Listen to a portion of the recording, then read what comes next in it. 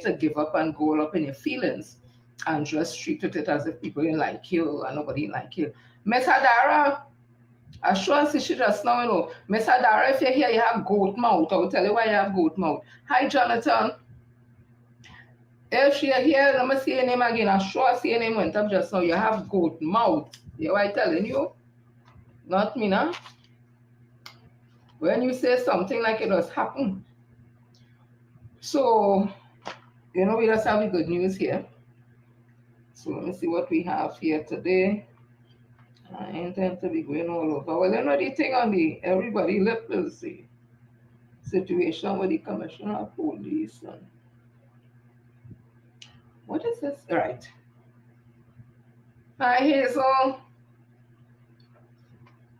So I'm waiting for the soup. Hi Miss Monica.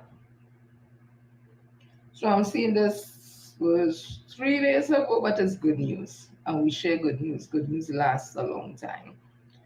So this was in the Guardian. Rachel Renee Gonzalez, 2025 Anthony N. Sabga Laureate, revolutionizing local food.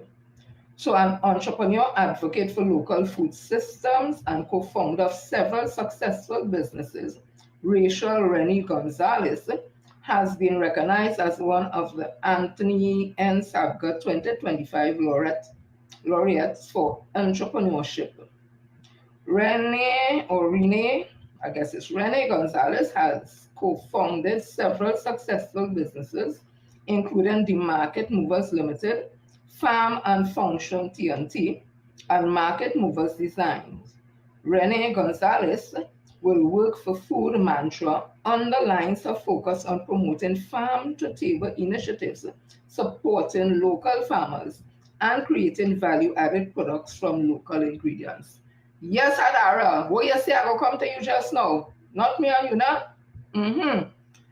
Born in East Port of Spain and raised in Tanapuna, from a young age, Renee Gonzalez was exposed to gardening and her family would, on a small scale, grow their own food in their backyard garden.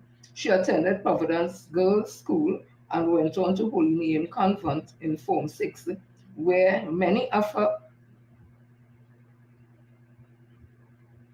age mates was sitting the SAT examination and preparing to pursue tertiary level studies abroad. Unbeknownst to her parents, who expected her to stay in TNT and attend the University of the West Indies, Renee Gonzalez sat the SAT exams, applied to colleges abroad, and ended up attending the City College of New York, where she pursued international relations.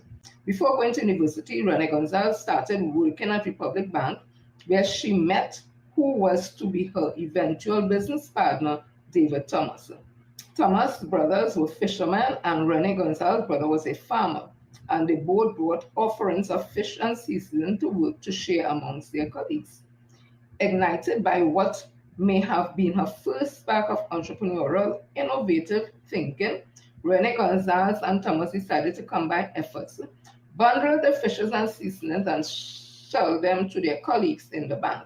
When she was transferred from the night to the day shift at the bank, which became highly work intensive, she left the bank for higher education, not wanting to get stuck there. The entrepreneurial pair kept in contact during her time at university abroad. Renee Gonzalez kept her nose to the ground, scouting ideas that were successful in the US, which could be translated to a Trinidadian context. She suggested the idea of developing or delivering groceries that were ordered online to Thomas, including fish and vegetables, and thus the Market Movers was born. When Renee Gonzalez returned home, initially with ideas of being employed at a UN agency following her course of studies, she was eventually convinced by Thomas to get back into business with him. That's pretty much how I started on my entrepreneurial journey, she says, as she was not successful at securing a UN job. I was unemployed and underemployed. On February 2009, they officially registered the Market Movers and began pushing it through contacts in the bank along with family and friends. In their early days, they utilized a job form to take orders and worked from her mother's gallery. filling orders for less than 20 people and facing numerous rejections to start up capital from financial institutions. I'm almost to the end. These things are really nice to read to the end, so young people will see that they don't give up. Yeah. Rene Gonzalez, seeking ways to become more successful, buried herself in training programs offered by the National Entrepreneurial Development Company Limited, NETCO, here, after coming back from university in the States. You hear where she went to start her entrepreneurial studies? Okay. But it have nothing for young people. And eventually receive a startup loan of 10,000 TT from the Youth Business of Trinidad and Tobago. She reflected on the challenging early days of entrepreneurship, where she and her business partner were responsible for every aspect of their business. They handled tasks such as collecting produce, packaging, delivery, communicating with customers, and planning for business growth. During this time, they faced skepticism and uncertainty, with little outside support making the journey even more difficult. Rene Gonzalez began building a website for customers to view their produce and embedded the jot point. Eventually, with these changes, the business began to grow. A pivotal movement that changed the course of her journey was when one of her customers, whose husband was diagnosed with cancer, asked for a new product, pre-cut and frozen fruit that she could use to prepare smoothies. Eventually, we got a bigger commercial space, did more fruit slicing, and launched Farm and Function. Realizing that this new product was a way to not only satisfy customers' changing needs, but also reduce food wastage from overripe fruits, they introduced Farm and Function to retail outlets. At the time, the only frozen fruit that was retailed in supermarket was foreign fruits, such as berries. So introducing pawpaw, passion fruit, mango, guava, and others was a welcome inclusion and provided greater opportunities for local fruit farmers. At present, Farm and Function exports across the Caribbean to countries including Dominica and Barbados. The concept of sustainability is at the core of Rene Gonzalez businesses. She works closely with farmers, has created a farm-to-table dinner experience, the moving table, to educate consumers about where their food comes from and compose all her organic matters, that's food waste, which is then given to the farmers. She has also developed a business, Market Movers Design, which seeks to encourage financial sustainability and incorporation of SMEs into the wider market. Market Movers Design helps SMEs with branding, packaging design, markability, and compliance, giving them an opportunity to grow and scale their businesses. Rene Gonzalez was a recipient of the Ernest and Young Emerging Entrepreneur of the Year Award in 2016, and in what she described as a full circle moment, serves as a mentor and director at the Youth Business of Trinidad and Tobago, where she received her first startup loan.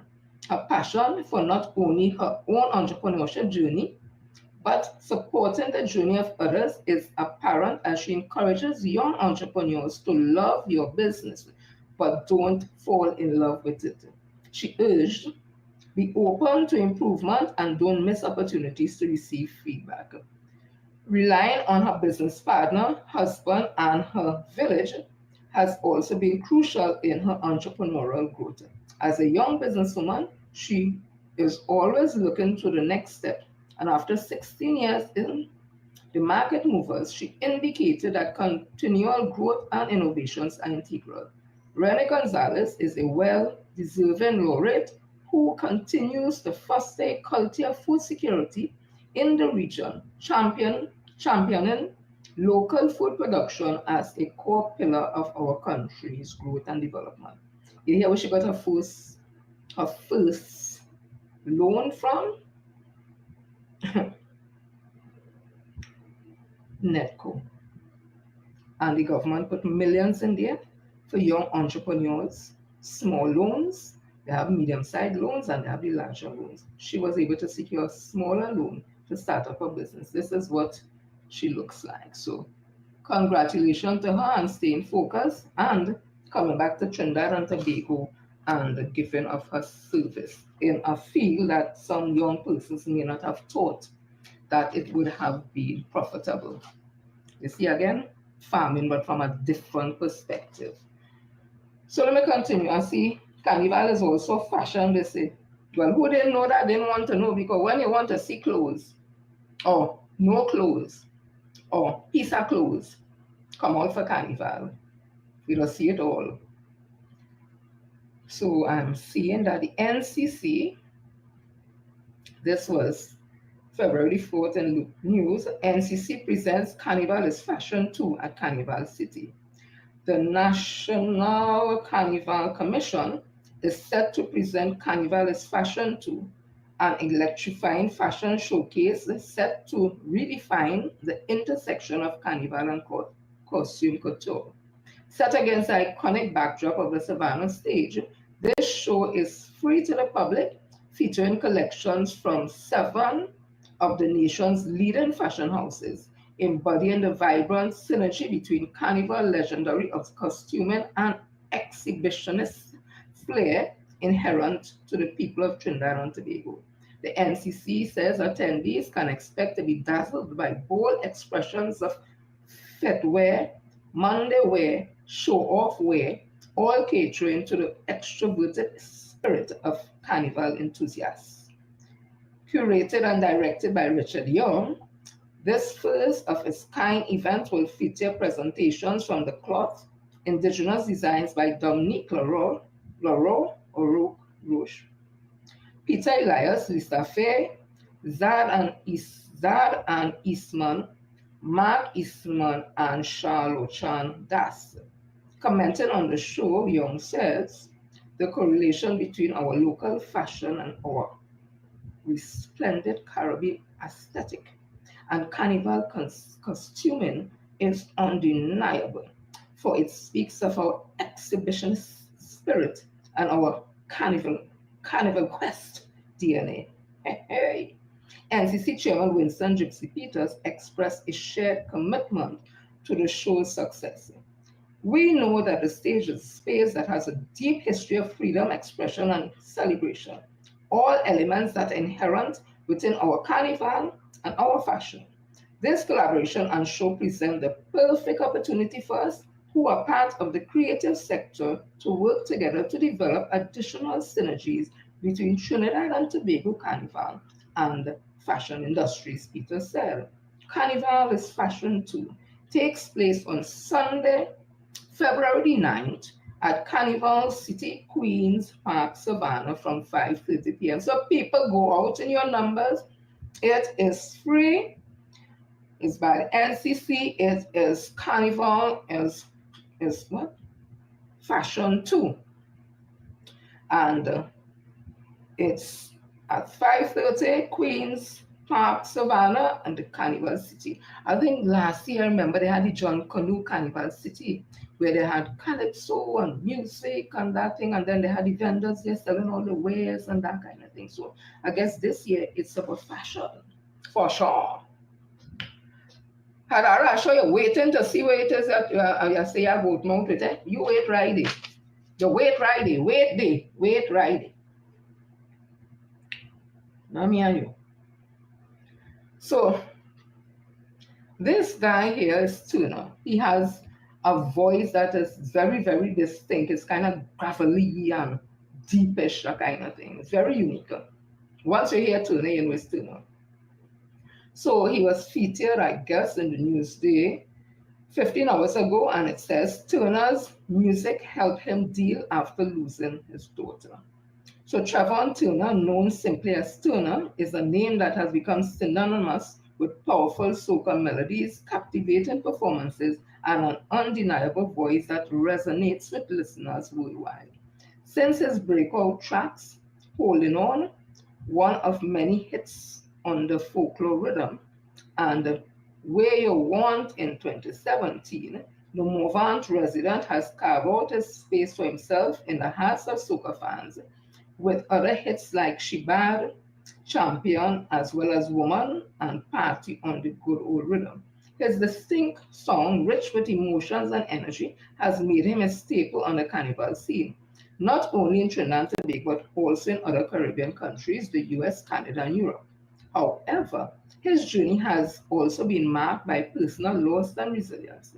The death of his 8-month-old daughter, Zuri, in 2019 caused him to step away from the spotlight as he struggled with depression, trying to comprehend the tragedy. She died from natural causes. For Carnival 2025, he returned with a renewed spirit and purpose, paying tribute to his daughter. He has 5 songs to Carnival, Rum and Soca, being a favorite among soca lovers. The official video uploaded on January 24 to the popular YouTube channel Julian Promos TV. It was directed by Ricardo St. Bernard and produced by Powerplay Beats. For Turner, his music is a way of celebrating his daughter's vibrant spirit and showcasing a father's love and the unbreakable bond between parent and child. It is reflected by the words in the song Rum and Soca, which is an uplifting song. It is dedicated to all those under pressure, those with depression. Some people might be going through pain and they might need something, even if it is not rum, which I do not encourage. It could be God or prayer. They would need something to fill their cup, their minds turn to a new state. I didn't know. My condolences. That's why I didn't hear him for a really long time in truth. Certain lines speak to my daughter. She would not want to see me down. I would have to take heed till my cup and fill my cup so that she can smile from heaven. He expressed his love for culture. I want the best for the country. All I'm hoping for is the betterment of everybody in the country. Let us stop fighting. The more the merrier, and if more people win, there would be less bickering, confusion, and hate. This is my hope for the country. TNT has a lot of worrying and fighting going on for no reason. He cited the country's motto, "Together we aspire, together we achieve," adding that the country seems to be moving contrary to the motto. We are not aspiring together and we are not achieving together. We want unity. We do not want fighting. All this that is all I ask of everybody, he reiterated. He called for more love in the music industry and the country as a whole. Turner's other latest songs include Everybody on the Bumper Hunter rhythm, mastered by Scratch Master, as well as Lotto, Butter, and Vacation. He is also under new management led by Jermaine Jeffries. So my condolences, although his daughter died a while back, to Turner, and I am happy that he found music as a way to cope with his tragedy, he and his daughter's mother. Let me continue. I tell you, don't leave good house. Don't leave good house. Listen to this coming out of the Big Apple. What they vote for. Hey. What they vote for is not what they get to know. So listen to this. This is Bernie Sanders. Well, the Trump administration froze federal funding this week. Senator Bernie Sanders of Vermont warned the order is a dangerous move towards authoritarianism, writing, "If President Trump wants to change our nation's laws, he has a right to ask Congress to change them. He does not have the right to violate the United States Constitution. He is not a king." Senator Bernie Sanders, independent of Vermont, joins me now. Senator, it's striking to me that members of your august body, who say whatever you want about them, generally like their own power, would willingly move to confirm a man in Russell Vought, who's before the Budget Committee, to head OMB when it is the position of that individual that the president has every right to completely bypass the Senate and the Budget Committee on matters of spending. What do you think is going to happen here? I think everything being equal, vote is going to win. I suspect virtually all Democrats will vote against him. I think all Republicans will vote for him. You know, what Raphael Warnock was just talking about a moment ago about the devastating cuts to programs that working families, low-income people need is absolutely correct. And I'm glad that we fought back, and for the moment at least, we have managed to get that freeze rescinded. But the key point here is that what Trump did is illegal and unconstitutional. The power of the purse rests with Congress, your point, and not with the executive. You know, the founding fathers were pretty smart about that. They divided up the power.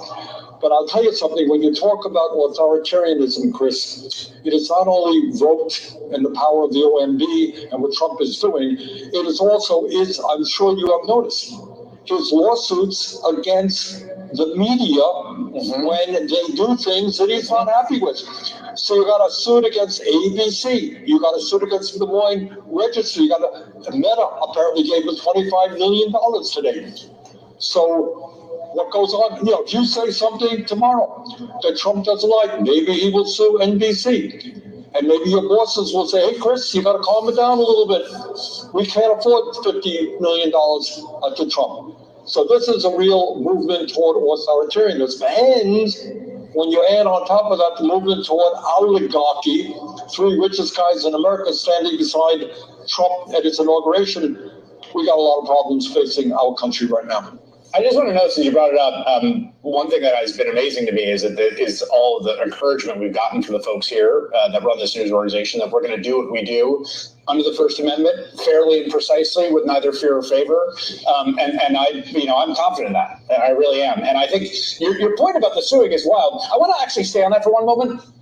I don't think we've ever seen president as plaintiff before. It's a very bizarre situation that I don't think everyone's gotten their head around. There's a bunch of Supreme Court precedent about whether the president can be sued. But the idea of the president doing the suing and other people paying him settlements, that seems kind of odd. Oh, it's not odd. It is extraordinarily dangerous. That is, if that's not undermining the First Amendment, I don't know what is. So if you think that, people in media are not going to be looking over their shoulders, worrying about a lawsuit from Donald Trump, you are mistaken. So we are in a dangerous situation. We are in an unprecedented situation. But here's what I want to say to listeners who are justifiably very worried. Do not forget that while Republicans control the House and the Senate, their margins are slim. All right, they don't have 60 votes in the Senate. They got, a 4-vote majority in the House. That ain't a lot of votes. And a number of Republicans won by a small margin in Democratic districts. They are susceptible to citizen outrage. So get on the phone. If you see these guys doing something like wanting to give huge tax breaks to billionaires while they cut Medicare, if they want to go drill, baby, drill while we have you facing an existential threat of climate change, if they want to deport 20 million people in this country, stand up, fight back. We can beat them. So let's not act in a hopeless way. Oh my God, we can't do anything. We can. Longer term, obviously, we need to do what the Democratic Party has not done. It's become the party of the working class, develop a strong grassroots movement with labor unions, with young people, with people of color, and organize and fight back. The progressive agenda, and I say this over and over again, is the people's agenda. It is wildly popular. People understand the current healthcare system is broken. They want universal healthcare. Healthcare is a human right. They want to raise the starvation minimum wage. Can I ask you about healthcare? To a living wage, yeah. I mean, you've got, and it connects to your first point, which is that it's not like all this is a fait accompli. Robert Kennedy Jr., who you interviewed and you asked him about those onesies, which was an instantly iconic moment. I'm not going to play it now because I want to get your answer here. I don't think it's a sure thing that he's going to be confirmed, and I thought the concerns from some Republicans were quite persuasive, including Senator Cassidy, who used to be a doctor. What do you think?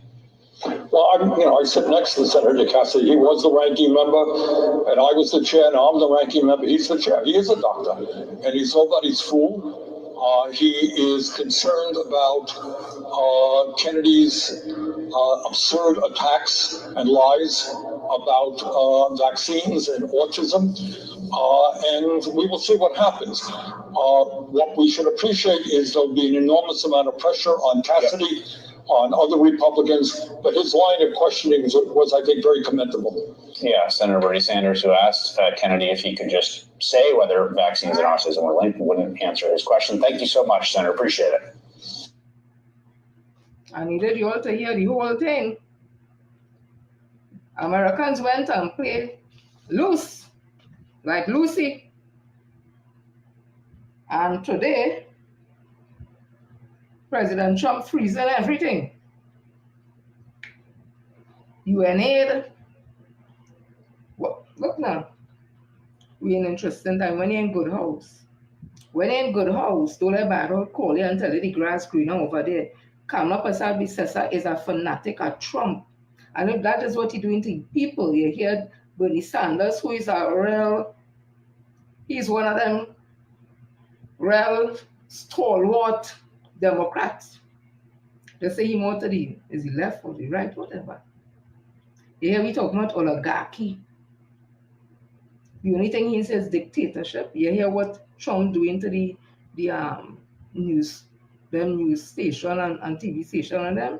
If they say something he like, he's suing them and getting money. In this country, they just say what they want, how they want, why they want, and when they want in the news room all over. They just carry news on one side alone and not on another side. Nobody don't do the thing. But they say this country hard and is a dictator and all that. Let me continue, Papa. So, Farley went to get some haircut. And while he was in the barber chair, I don't know if that show the barber has or whatever, but he was asked some questions. And I listened for a bit and I said, okay. Because it had 10,000 views, I said, let me see what this is about. The politics of shooting a bit of cancer cures and nowhere. I was just going to just walk away from everything. The only reason I didn't walk away is because iPhone or Samsung. From the chalkboards of humble classrooms to the corridors of power, his journey is one of resilience and determination. Once a teacher shaping young minds, he's now the leader of a beautiful island shaping his future. Today, he takes a seat in the barber's chair where the stories are raw, the conversations are real, and the man behind the title is revealed. This is Deep Cuts with Acumen. You got the airline? I got the airline, so fix me up. You will see secretary of Tobago. How do you balance work and how do you balance the family life? You know, how you balance that? See that, you know? Everybody is calling you, too far, you know? How do you balance that? But to be honest, I don't think I can balance it on back to us there. I mean, there is one day I struggled with. Yesterday was Sunday, and I left the office 11:21 p.m. Wow. Sunday night. And then because I had to do for a few days and I couldn't get for the work, so to make up for the work and to ensure that this week I get everything off for this. I'm going to yesterday afternoon, and that is yesterday Sunday after coming from country. So the truth is the family sometimes suffer because of the amount of work that is required, the long hours required, the fact that sometimes the meetings might be zero, like in Trinidad, it might be out of country, so it takes time away from the family. However, I try to do it especially for the little one because they don't have a baby. Yes. And so she needs our attention, and I have to make time for writing. If you ask my wife, she'll tell you. You're looking enough time. She said, Junior, you're looking enough time.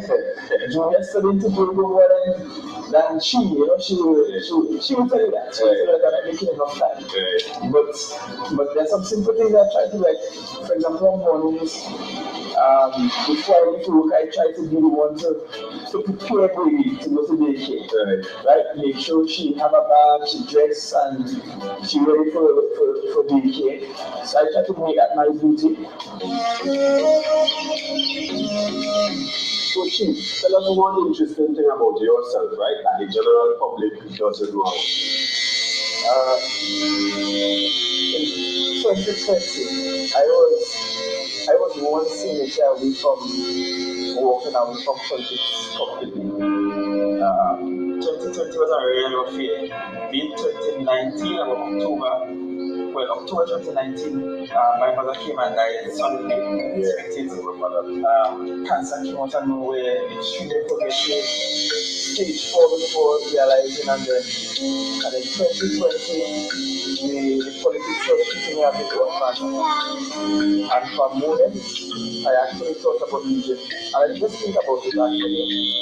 Drafting my resignation letter, I was just going to just walk away from everything. The only reason I didn't walk away is because God didn't give me a sign to walk away. I keep asking God for a sign. I said, when a sign to walk away, and the man just gave me a sign at all,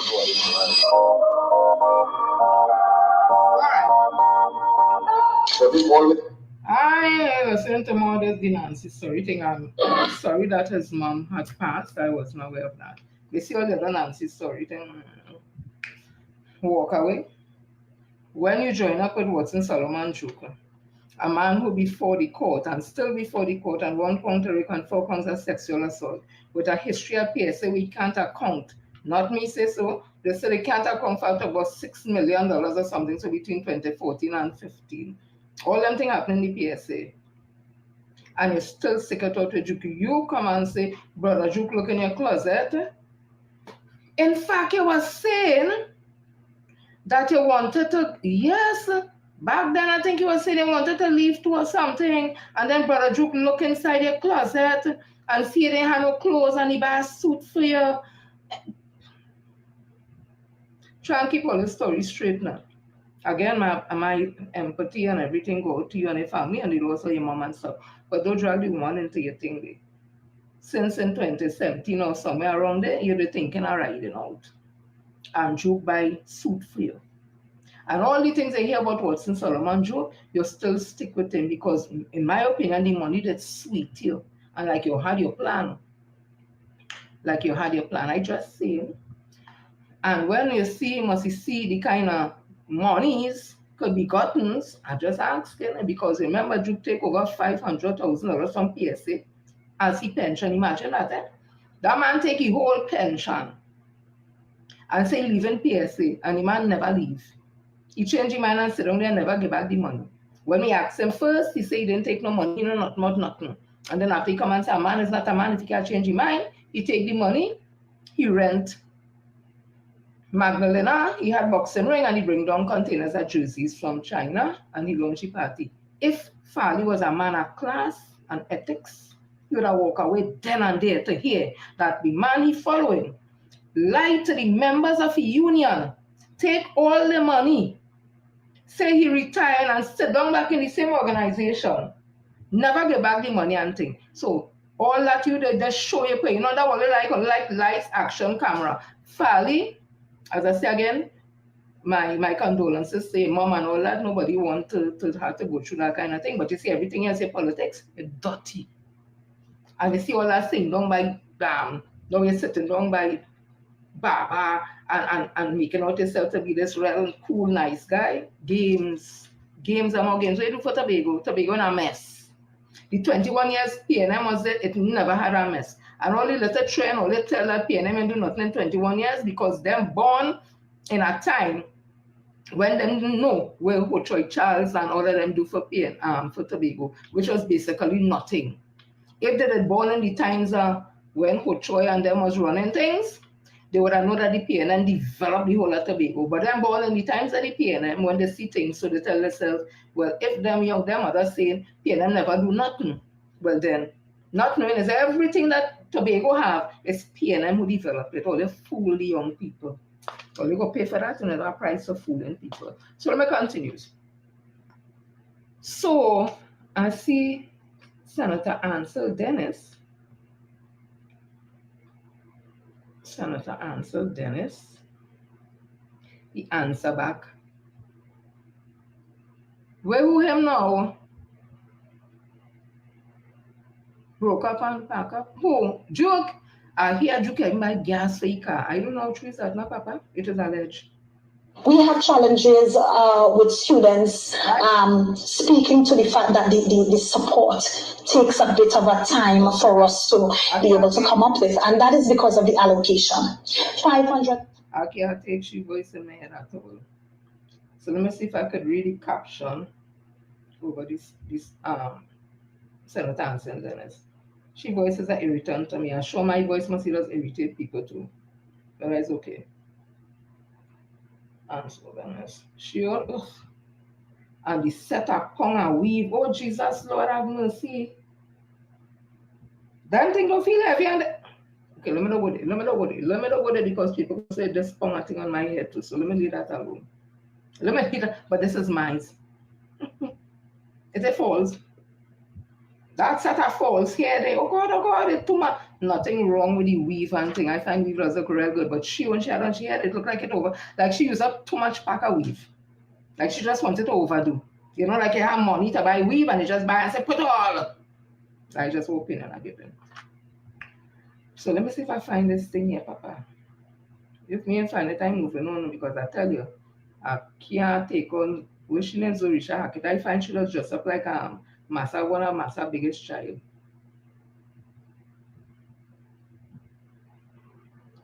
Hey, what do you think? Yeah, what? We're going to read this. Something she talking now and they take her money for the schools and whatever, and Senator Ansel Dennis tell she all the money they'll be getting. Yeah? Only fooling people that tell her they love the money sweet them. Some of them went in, they will always see how Fally was looking. Fally belly, like it touching he back. Fussy the tin. When could I blow he way now he get big, he fat.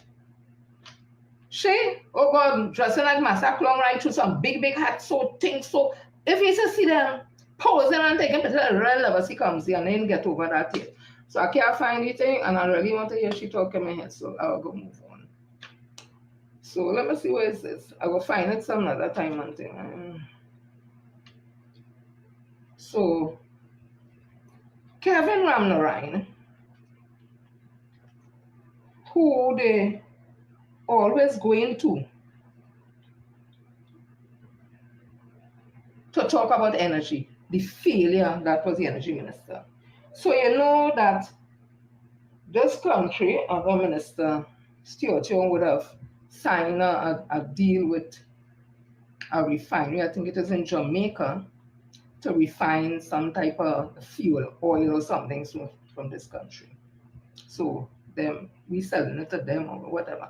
But the way people getting on, the refinery thing in Jamaica is small compared to what we had. So Jamaica a little thing and they were a little push to jump in the thing. What's so wrong in that? Because we not drilling enough oil to have no refinery running proper. We have us to be buying too much crude oil to mix with the one we have in here to make any type of money. So by the time you buy all them 1,000 barrels of crude oil, bring it back here to mix with the one we have here, refine it and all, and then sell it. How much money again for that? So Petrotim was losing real money, and we know what happened. The refinery was closed, but the exploration and production side of it remain open, where the downstreamers are. We have heritage, and they're making back money, right? But they don't talk about those things. So they always go into excuse me, to Kevin Ramnarine and them. So they're running up their mouth on this new deal here. So listen to this. I get this from Gavin Walter's page. I want Kevin Ramnarine to tell me if he's this person they're talking about.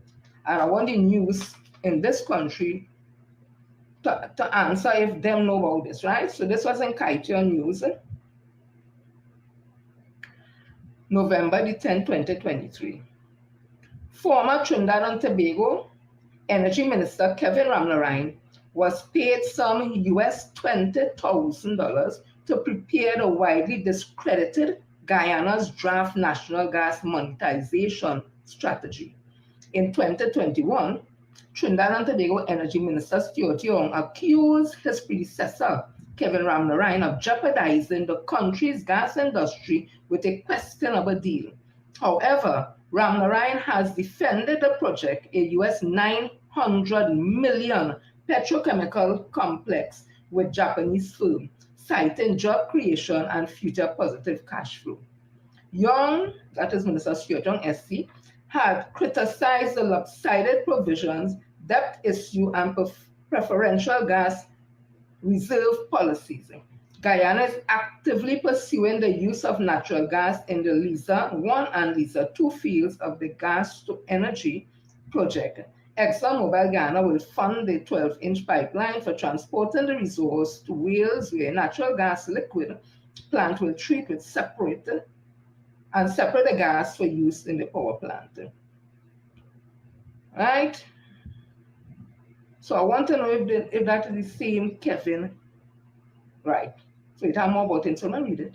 On Monday, October the 30th, that was back then, the government of Guyana, through the Ministry of National Resources, unveiled the draft strategy for public consultation.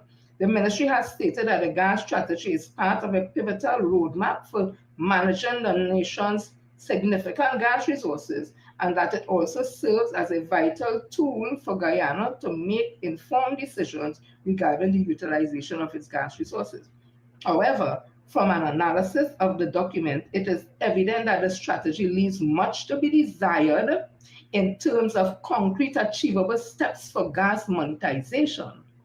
In fact, during a recent press conference, Vice President VP Bara Jagdeo, who previously expressed enthusiasm about the strategy, conceded that there are several known issues with the page 43 strategy before labeling the document as a discussion paper. This publication understands that Ramlarine is responsible for the draft strategy, collective feedback, as well as incorporating it into the final document. Quite a News had highlighted that since the start of Guyana's oil industry, Ramlarine had been advising on Guyana's local content initiatives, as well as its imminent gas to energy project, set to cost US $2 billion. He was also part of the Nation Local Content Panel, which was commissioned in 2020 by President Irfan Ali. As citizens analyze the document Ramlarine prepared for the 2-week period, it is essential to remember that ongoing exploration and appraisal activities are still underway to determine the full extent of Guyana's gas reserves. This uncertainty adds an extra layer of complexity to the monetization strategy. The draft gas strategy extensively discusses the various options available for the utilization of natural gas, but falls short of providing a clear and detailed roadmap for Guyana to transform these options into reality. This discrepancy raises questions about the feasibility and practicability of the government's approach. The draft strategy discusses methanol production, highlighting its significance as a global commodity chemical, especially in China. Methanol's growth in the fuel sector and applications in various products are noted. However, the document lacks a comprehensive strategy for Guyana's natural gas resources for methanol production. Liquefied natural gas is overviewed, emphasizing the complexity and reliance on long-term contract. The strategy highlights the global growth of LNG production, but fails to produce a roadmap for Guyana's entry into the LNG market. Notably, it cautioned regarding reliance on associated gas for LNG production, citing risk compared to non-associated gas reserves. The document explores ammonia-urea production as a natural gas monetization route for global fertilizer market.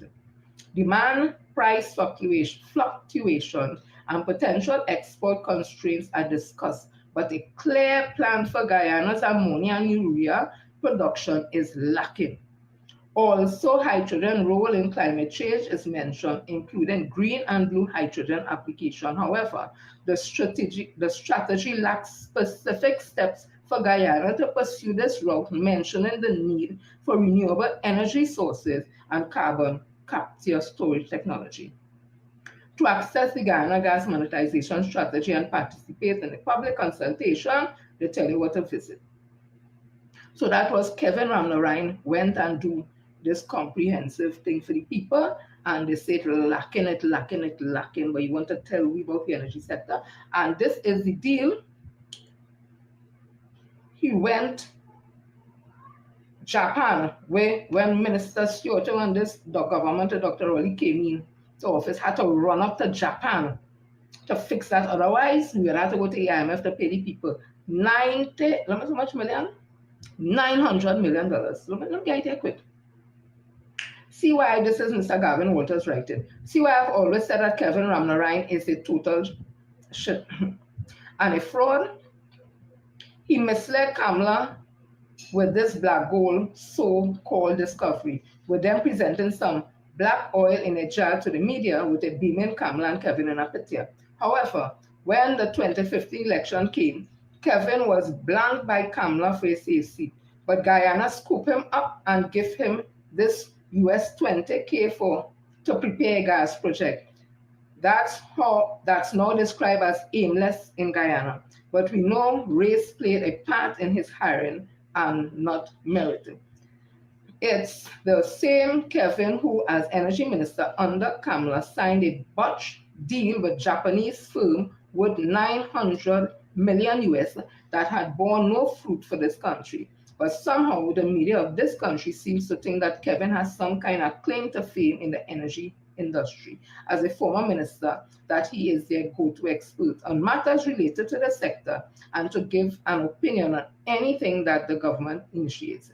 Look how a man exposed him on his own page, but he was able to draw over 350 supporters. So Kevin, a good friend of Fali, again, I'm reading a post from somebody named Gavin Walters. It's not my piece.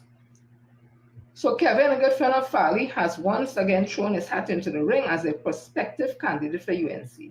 This is an aim at the same ministry where he was a total failure. Only time will tell.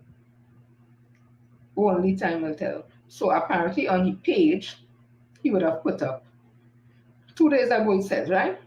We are buying fuel oil from Jamaica. No, he asking us that question. We are buying fuel oil from Jamaica. I have total respect for Petrojam and Jamaica, but it is a sign of the times.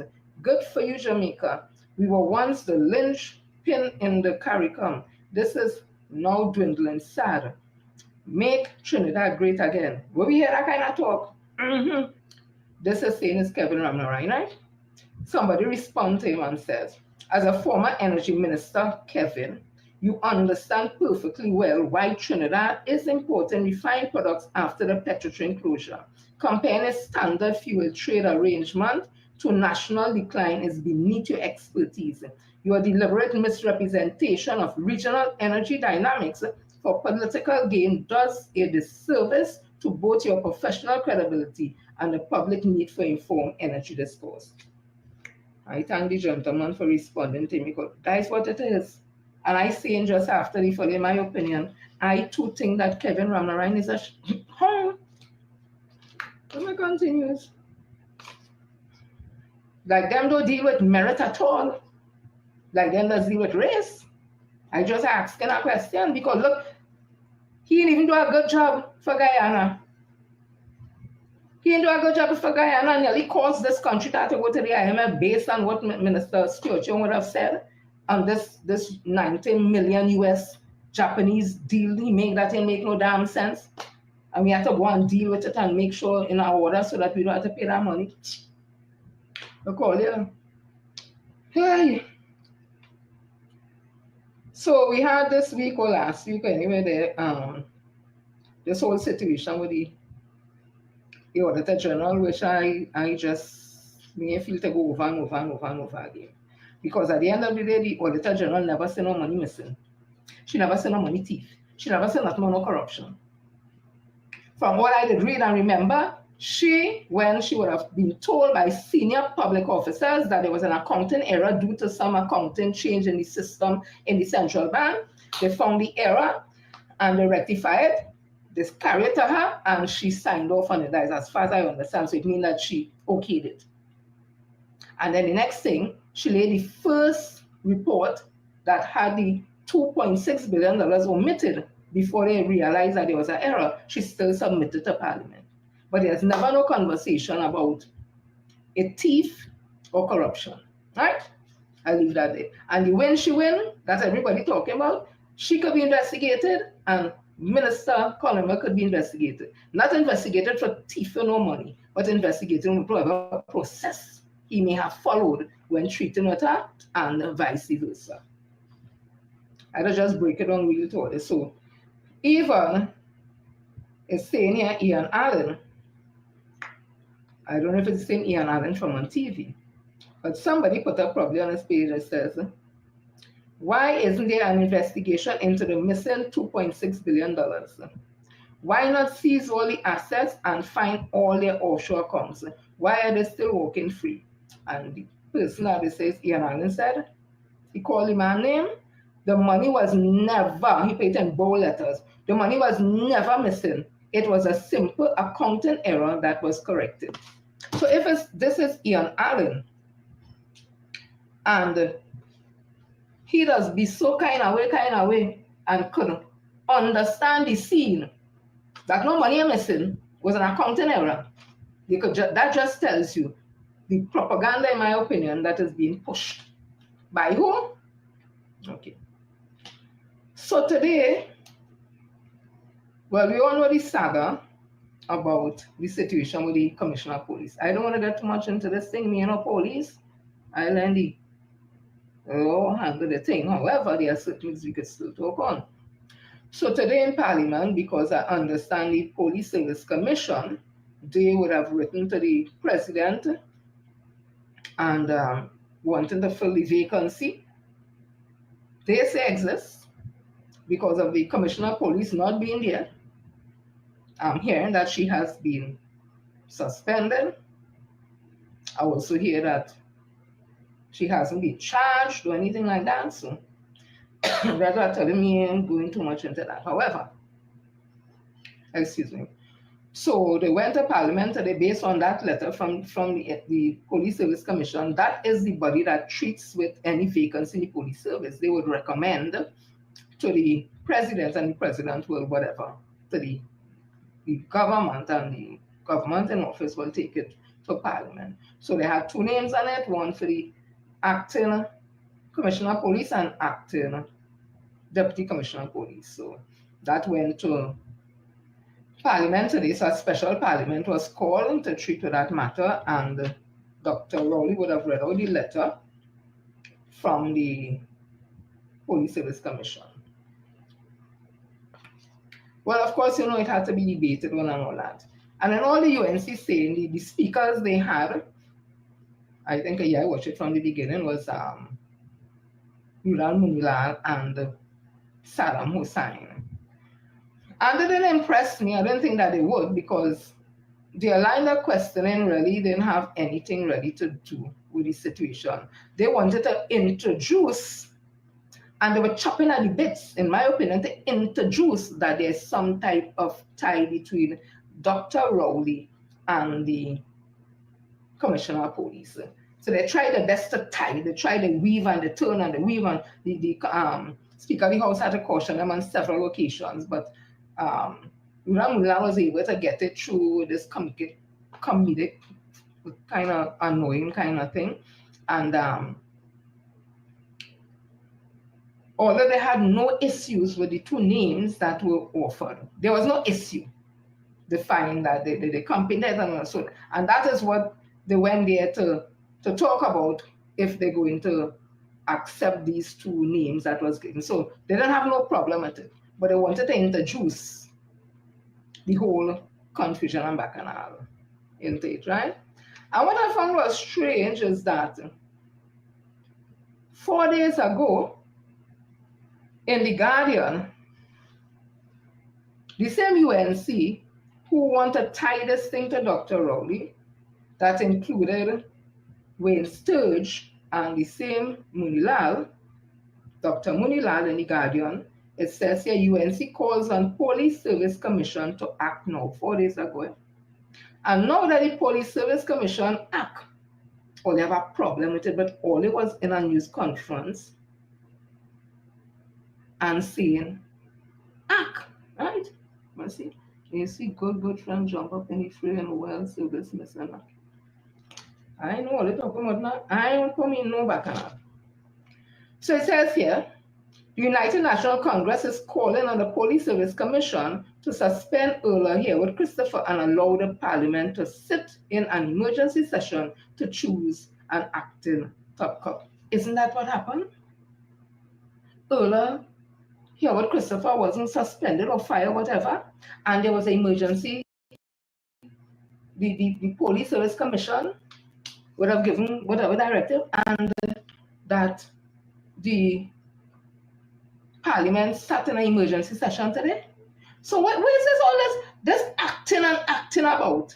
Let me read it again. 4 days ago, the United National Congress UNC is calling on the Police Service Commission to suspend Earl Herwood Christopher and allow the Parliament to sit in an emergency session to choose an acting top cop. Speaking at the opposition leader's office at Charles Street, Port of Spain, yesterday, that was 4 days ago, UNC candidate for Toco Sandy Grande, Wayne Sturge, said whether she is guilty or not, it would be untenable for Herwood Christopher, who is facing 2 charges in the ongoing Strategic Service Agency SSA probe, to continue in her role. How do we justify her continuance having regards to the nature of the allegations? How will that square off in terms of public confidence in the office of the Commissioner of Police? It is my view that the Police Service Commission is empowered to suspend her, and it is necessary, in my view, to return to the Parliament to trigger the process to have someone appointed, because we cannot continue having regards to what the state of emergency regulations are on and so on, to beat out a COP. Sturge explained, adding that currently the Trinidad and Tobago Police Service is leaderless and rudderless. Sturge, who is also an attorney, said that the Police Service Commission could trigger this process even in the absence of a criminal charge. For this process to commence, the Police Service Commission will have to write to the President, Christine Kangaloo, which they did, asking that Herwood Christopher appointment be revoked. The Commission can also attach a merit list with recommendation for someone to act in the position, which they did. The Parliament will then have to debate on the recommended process before one of them is approved, he explained, which happened today. Meanwhile, Deputy UNC leader Dr. Ruda Munilal said he was astounded that the Police Service Commission has not made a public statement in light of what is transpiring at the top of the TTP hierarchy. The Police Service Commission is also handpicked by the PNM. They have said nothing. In fact, some of us do not know who they are. They could be in the room now and we won't even know. Jackass behavior as usual, my opinion. The Police Service Commission has to act one way or the other, because this is leading to a constitutional crisis fabricated and built by Keith Rowley, Stuart Young, and others, Munilal said. Munilal claimed that this issue goes beyond the police and is also a political matter. He said that this was the same Herwood Christopher that government fought to keep in office. The opposition UNC raised the matter when Mrs. Herwood Christopher was being appointed in Parliament, and let's face it, the entire hierarchy of the police service was appointed effectively by the PNM. So says he. But that is why we see what play out today. And you see what playing out in the news now. He was able to say in the Parliament something to the effect that Dr. Rowley is involved in this whole situation. And when they play it in the news, they're not playing where Dr. Rowley would have stood up and given his side. They're not playing that at all. So to me, in my opinion, this was well thought out. But at the end of the day, They get what they wanted, but I guess they wanted to get into Parliament to be able to link, in their twisted mind, Dr. Rowley to this Christopher situation. But we wait to see. We wait to see. We continue. That is how it rolls in this country. Apparently, the media is one-sided, and it's not on the side of good journalism at all. If you had to pound two, don't just swing on one side alone and don't carry the news to the next side at all. That's not right. That's not right at all. Let me continue. So I am saying, whatever hear about Lewa Kobo, this is my opinion. I call him Roja Lewa Kobo. Walking around, flying around, looking to pick and scavenger. And anybody here talking about labor and they have a labor issue and could use it to your advantage, is my opinion I give you. So the family of the gentleman who would have died on the Wells oil rig that collapsed, and he's the only one they haven't found up to now. His wife is pregnant, and we saw the whole thing played out in the sense that the steps that were taken by Wells, the company, and bringing in international people in order to help to search and do what they need to do. His body has not been found, and I'm sure any family in that situation would be traumatized. It is natural. They didn't find him, and they feel the company are doing enough and whatever. But again, if you're not an expert in the area, you may feel the company not doing enough because it's your loved one, you're talking out of emotion, and you will talk a certain way. My issue does be is when some of them labor kobo start to go around these people and them and use a genuine hurt and pain, just like how sometimes, in my opinion, the UNC does do, to get them in a state. Yeah? Instead of advising them the right way, they have all right to feel hurt. They have all right to want compensation. All that is okay. But let them also know the truth. Don't move with them too as if you agreeing that the company are doing enough to find the body of the gentleman. It's 40-something days now. They're not going to find a body, in my opinion. I'm not being mean. I'm being real. You're talking about fishes out there and that and the body water, so and water thing and eating and microorganism and all that. The chances are they may never, and that is not a nice thing. That is not a nice thought. But I know how also there is a family, I think from down south, who son, they buy a boat.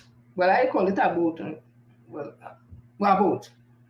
From, it was alleged, the owner LMCS.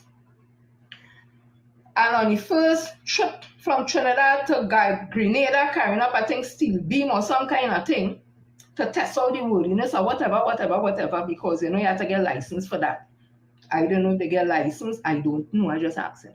And he went up on that, and in going up the rough water, the concrete slab and them kind of slide, and the whole boat, ship, whatever you want to call it, sink. The men, they had some men on it. They were able to get off, but they say he, as the captain, he went back to get his documents, and he never come back out. His family to this day don't know if he alive, if he did nothing at all. And it is alleged because of something with insurance and whoever it is, they wasn't able to bring up the boat or whatever it is to see whatever going on. So I could imagine that. So that is a trauma. There are next family with trauma. So I don't play with people's emotions at all. So this is Roger. If you see how Roger looking as if they just wake you up and he pull on some clothes. Like he get, like a cocoa smell something, and he say smelling something and run down. So this is the people crying and thing, which is their right. Yes, no.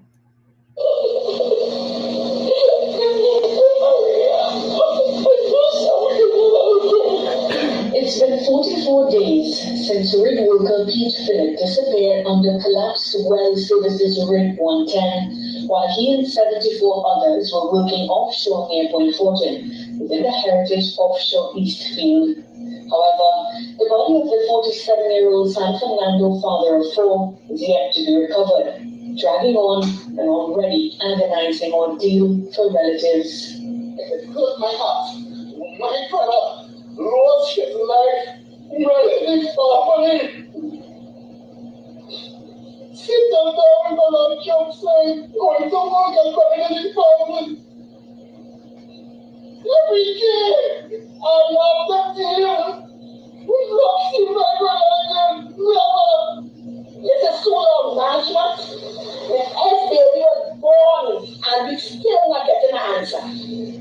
His 9 months pregnant wife is due to deliver their 5th child any day now.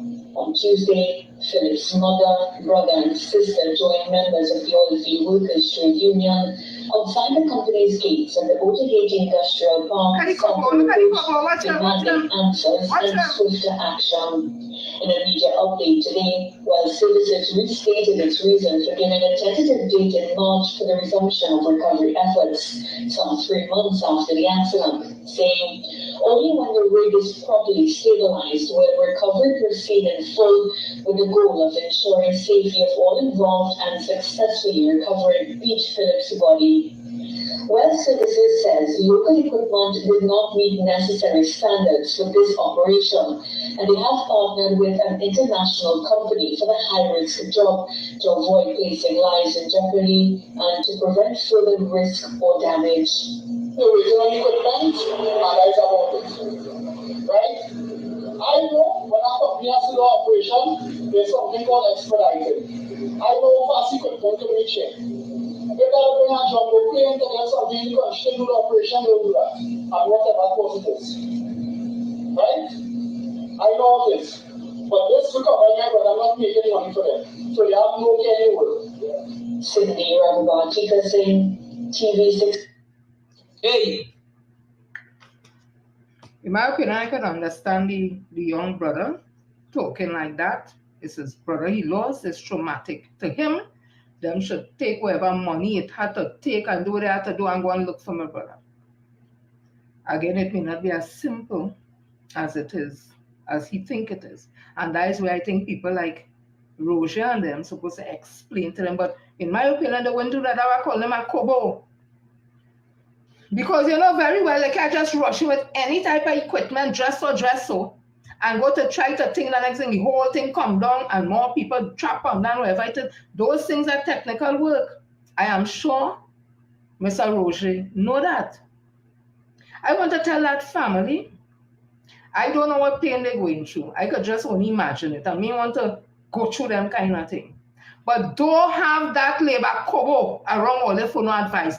Get some other person, whether in health and safety or labor, to help all you. Don't let that kobo, that labor kobo, come wrong all you and chain all you up and use all your hurt and pain for them own personal and political agenda. That's my opinion. So I want to tell you for the family again, find some other person to advise all you how to go about treating with this matter. Because yes, all they deserve some, the man, wife and things supposed to deserve some compensation. I don't know what is doing, whatever it is. But get somebody, not have that man, that kobo around all you. Them only come there, in my opinion, for political gain. That is my opinion. So let me continue. So today was or is World Read Aloud Day. Had I me forget you yet and I comment to you? I ain't forget you yet. You madam. So what is World Read Aloud Day? I'm reading it from the nationaltoday.com. It says World Read Aloud Day is celebrated on the first Wednesday in February, and it takes place on February the 5th this year. This is a day dedicated not just to reading, but to the art and practice of reading aloud. Stories were passed down from generation to generation even before writing was invented.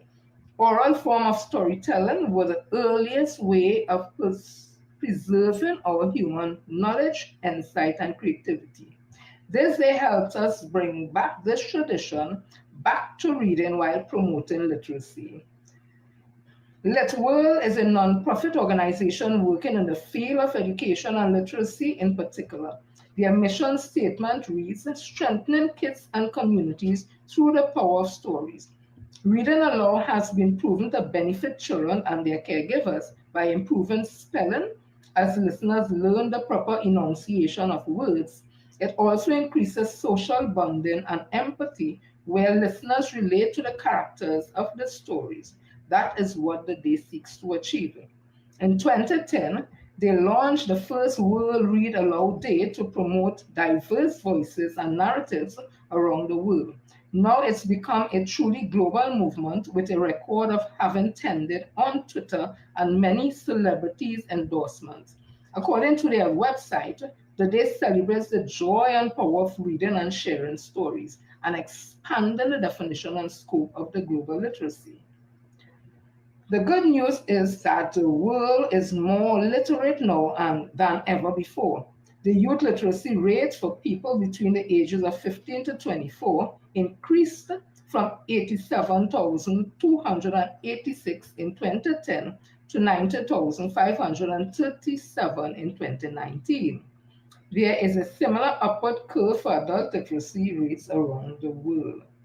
There are still, however, significant differences in literacy throughout the world, with Chad registering a female youth literacy rate at a mere 22% in 2016. There are also a few other countries in sub-Saharan Africa, like Niger, Mali, and the Central African Republic, that are far below 50% as recent as 2018. World Read Aloud Day is one initiative that seeks to address these inequalities. So, in celebration of that, I saw that Minister Foster Cummins would have been reading to the children of Todd Rose RC School. I also saw Dr. Nayan Dolly Gaspi also reading for the girls and boys of San Juan. I'm not sure if it's RC or government. And also, Minister Stuart Young would have also read to the class standard 4 of Belmont St. Francois Girls RC this morning. So this is just some pics here from Minister reading to the young ones. So everybody was doing their part. I'm sure probably in schools they would have also had those type of activities. So people, encourage the young ones to read, encourage storytelling, encourage telling our stories. Remember the one I told on Monday about the tiger and the donkey? That's the way we tell our stories. I will find her and Nancy one another there and read about it and we move on. Yes, Miss Hadara. So I now would have spoken about an individual that I get to understand name is Candace Edwards, if I'm not mistaken. And why I would have spoken about it is because Minister Stuart Young and the MP for Sandy Grande, Toko Sandy Grande, MP Roger Monroe, I think Minister Foster Cummins was there, and some other ministers were there along with supporters and all that, and they were doing a walk around giving him support in that particular community, whatever, and they were addressed by a female who was just saying the voice and was asking MP Monroe what is there for the youths, what he have for the youths and all that. And then subsequent I saw the picture of the person And her grouse was that Minister Stuart Young would have pulled away the MP before the MP could answer. I would have mentioned the fact that in my opinion, I didn't think that the person was really serious about getting to find out what programs are for the children. I think it was the children. Because the Minister of Youth Development and National Services was there. That was the person you needed to call and address and ask him on the spot what it has for children. Because Minister Roger Monroe does not hold on a ministry, and certainly not the Ministry of Youth Development and National Services. Not only that, what would have brought me to my opinion is that I would have said that I remember the individual. I didn't know her name. I and a couple of comrades would have called for protest outside of the PSA on Abercrombie Street. And in the crowd there, while I was there talking to people and all that, I became aware of her when she was leaving. And she called my name and said, anytime we have anything, let her know. I still didn't know her name, but she knew my name. I said, okay, all right, sweetie, whatever, because I normally always address people. All right, sweetie, how are you going, sweetie? Right. And then after that, I said I saw her at I heard her speaking about her son and some situation with the police beating him and all that. And then after that, I saw her at a UNC crime talk, I think it was in Grandy. Then after that, she said that, not that I went looking, those things are popping up, you've seen it, that she Kamala pasal bisa sama get lawyer and thing for she, and then I just see she dressing and thing. That not my business. I glad for she. So based on that, that is why I said to myself that if she was serious about finding out for the youth or the children, she would have asked Minister Foster come. Not only that, caravans had passed through Sandy Grande and areas with all different things to the young people and all that. More than one caravan, I understand. And I'm sure seeing that she's so active and so concerned for the youth and have been born in Sandy Grande for all these years, that she would have been aware and known about it and would have gone, or somebody would have gone, or she encouraged somebody to go, whatever. Right? So based on those things, I come with that issue. So I understand that Pastor Google on 91.9, I didn't listen to the program that day. I was still not 100% after coming along with the flu and stuff, and would have probably played that same video with her talking to the minister, and then he would have shown the caravan in Sandy Grande, whatever. And I don't know how we frame it up, whatever the case may be. But when I was talking about here, Miss Hadara, Hadara say, next thing she'll make a TikTok with you. That way you say, Hadara, bam, I just send a TikTok. When I listen to this thing after she done gig, Pastor Google the woman start on me. One of the things she said that I don't know, I never said I knew you in the sense of knowing as a friend on your name. I'm familiar with you because of that day was in the March, first time I ever became aware of it. So because of that, I was familiar. Not that I know you. So let me put that out there. I didn't even know your name. That's one. Two, I was saying that your awards made. So you take offense that you don't know me and whatever it is. Okay, I understand your awards attendant. Hippie, really good for you. That is good. That is what we call upward mobility. You are awards attendant. You're not awards mate. So great for you, right? And then you didn't stop there. You don't know my name and whatever. You didn't know my name, but the day first time I seen you, when you leave and you call me though. So you didn't know my name then. Anyway, that's small thing. You don't know my name, and then you went further because you see you all can't just leave it there. You all feel you all need to go to the next level and whatever. And I just always say this. I don't care who you support. It wasn't you, Hadara. Oh my gosh. My apologies, darling. Whoever it was, only know all yourself, Only make matter apologize to Hadara now. I really thought it was you. Oh my goodness, you see? It's a good thing I look down and see this, you know? Otherwise, I would have leave this thing and really blaming you. I want to apologize to Miss Chiselle Hadaro Lambert for saying that she had goat mouth. My humblest apology. It was not her who said next thing you want make a like, make a TikTok. I can't remember who it is now, but I really thought it was so sorry, my darling. So sorry. Me afraid to say I'm sorry.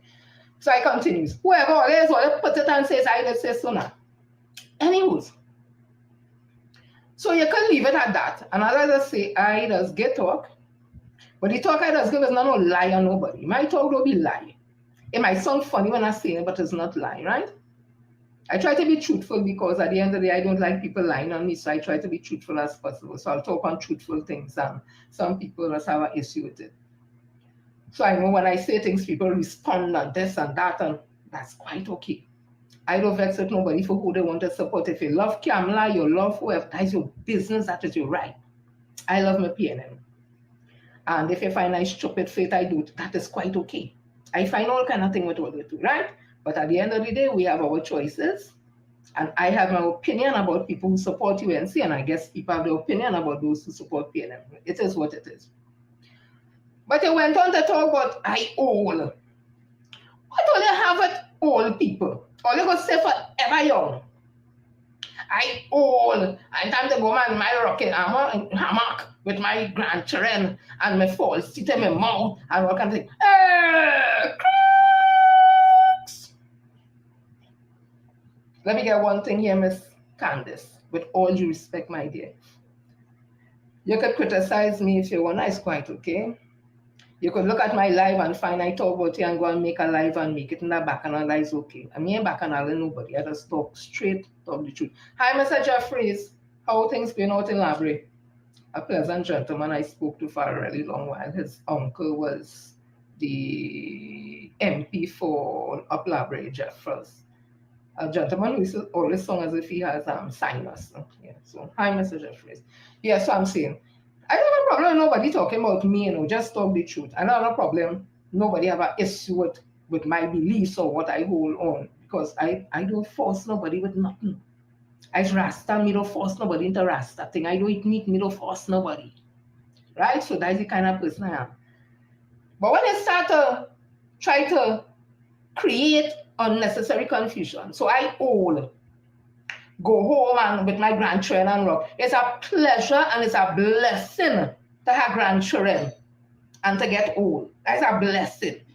But I want to tell you, the woman that you supported older than me, all the telling she go home and she wants to be the leader of this country. I don't want to be the leader of nothing. She wants to be the leader of this country for the next 5 years. She could hardly walk. It a conversation she does wet herself. It a conversation she have on the pens. I ain't say it is allegations. Because we heard allegations of PM1 when she was Prime Minister is vomit and piss. We heard allegation of fallen drunk and ganji statue. We heard allegation of drunk and lift up clothes. We heard those things. We heard she's a diabetic, she said. We heard about the heavy smoking. We heard about when you read little medical thing tell you diabetes, drinking and alcohol, what it can do to somebody, especially getting older. All them telling she to go home and see about she grandchild. All they telling me, I'm not running for office. And next thing, you tell me about plate. You know what people have, first of all, are you my dentist? I find all those liberties with me, the oral, the next jackass.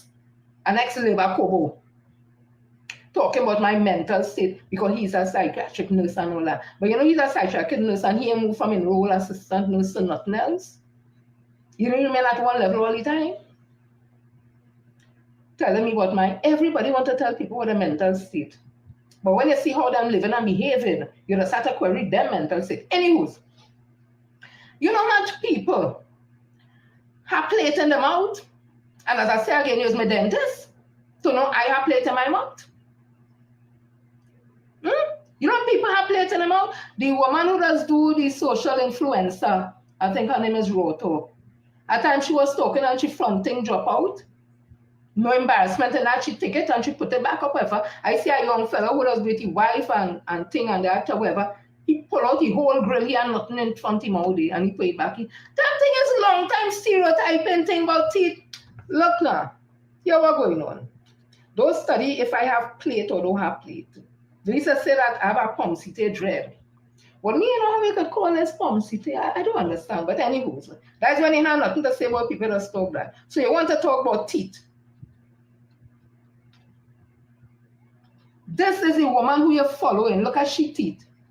It looking like moss growing and coming up beside her teeth. Look at that woman mouth. Why all them get you to a clinic? Get you a dental place to clean that mouth. Because once your teeth looking so, your mouth that smells stink. Get Kamala Pasabi Sessa to a dentist and say she might want to have plate in she mouth. Because them teeth and them must be done gone. Look at them teeth. She's your leader. Put up money and get her to a dentist because I'm sure that mouth that smells stink. Nobody does have teeth them color in the mouth. And the mouth is smelling stink. All right, that is one. You're telling me about my teeth.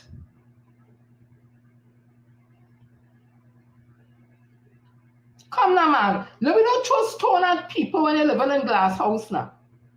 I hear somebody say, your mother's look like you throw a dynamite and everything scattered. You could slide through. A whole body could slide through the space between them. That is what people to reach to and all kind of thing. Sister, you could disagree with me. That is quite okay. But we reach to them kind of personal things now. Right? Because then you have people start to talk about, I never say I'm the prettiest, nothing, no way. I never go about and say I'm the best looking, whatever. I'm beautiful to me. Me ain't interested in what people think about me. But I know people like all that is vexed and people start to talk about all this. My nose had 2 holes. My nose is looking like it's a 10 hole. When I sneeze, I'm not going to sweat down people. Nobody has to shelter and have umbrella up. When I inhale, me pulling up people with me. You see how things does go? And then you go hear this thing now and go and make a next life. But you see, when you start it now, and people answer back all in all, let's get horrors. So what I'm simply saying, when you have cocoa in the sun, leave it alone. Me never say I'm the youngest chick on the block. Me never say me is the hottest. Me never say the most beautiful. You know what I say? I'm an African woman, proud African Rasta woman, and I stick into that. But all into style and fashion, not me. And the weave and the makeup and the this and that. And when you have to make sure, when you're looking like that and your nose big so and your teeth space out so, and you're talking, you have to be careful because then people can make mockery of you. So when I tell you, sister, support who you want to support, that is your right. If I talk something you don't like it, let me deal with that. Don't go personal with me because I'm not personal with nobody. Or there's the hot numbers, or there's the young woman, or they could get all man, or they could get all this and that. I'm glad for all you. I'm Rasta. I'm good with what I have. Me want nobody have to tell me I'm pretty and I'm nice. I don't have to dress with no skirt tight and you see my panty line and put on pants and it pulls straight up between my peg. And I don't have to do that kind of, I didn't say you doing that, I'm just talking. I don't have to do that kind of thing. I cool. In my cut off jeans, my old jeans and a jersey, my head wrap and a slipper sometimes and my foot on my old sneakers. And I good with that. Me have to impress nobody. Yeah? So, yes, lover, just a little after pain, after visiting the... Oh, Lord. So sorry to hear that, darling. But the point I'm making is this. Stop it. You could have your disagreements with whoever. Don't go personal with people. Because you ain't no picture. Right? You ain't no picture perfect. Right? You have challenges just like everybody else. And how you just talk and carry on, just make it look cool. If all they feel like joke, look at this. When I done talk this talk, I talk she could go and make whatever video she want me her time. Because them was on, they used to be on a labor fund something and have a girl in a PSA jersey saying the nastiest things about me. Me say not me because I know that going to come to end because it's not true. Once you're not telling the truth and you're lying on me, them things that just fizzle out, you know, because it's an oxygen, not because it's not the truth. If it's the truth, you're talking about me, but it's not the truth, right? So I just showing all of this for emphasis on what I'm talking about. That's all. For which children? Plenty children have no job. Just so. Let me start it again. Oh gosh. Is that a joke or just so? Let me start it again. I ask you a question, tell me what you have in store for which children? Plenty children have no jobs, nothing in place. A few moments later. A recount of the successful youth caravan in Sangre Grande.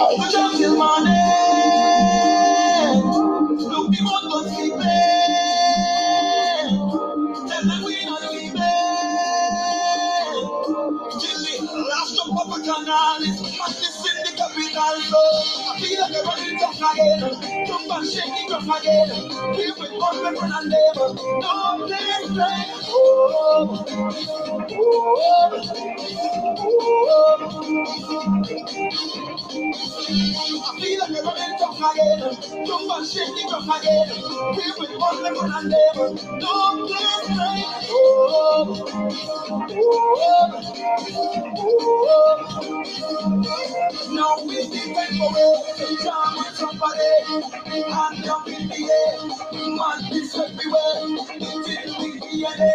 to get online when we are the roadway. Like, I ask you a question. Guys, so understand the scene and say, right? Again, if you wanted to really find out what program it has for the children, you didn't say youth, you said children, no, whoever. You could access the Minister of Youth Development National Services, and it have a lot of programs there. But you know it was on politics. Let me be real, sister. It was on politics. And if I saw it as paid no scene in that. But don't vex now if somebody call you out on it, right? And I tell people about the teeth and all kind of thing. My teeth are like dynamite now.